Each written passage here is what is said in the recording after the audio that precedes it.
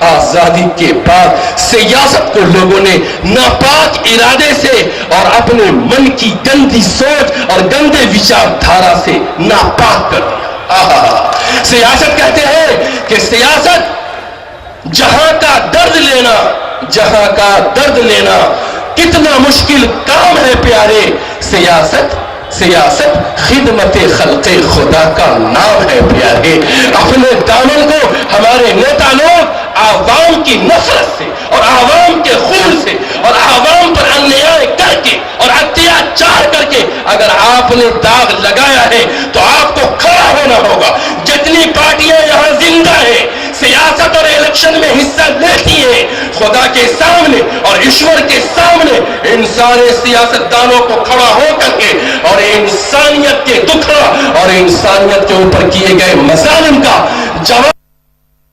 ایشور کے ہم ہیں۔ الحمدللہ رب العالمین۔ جمعیت علماء ہند زندہ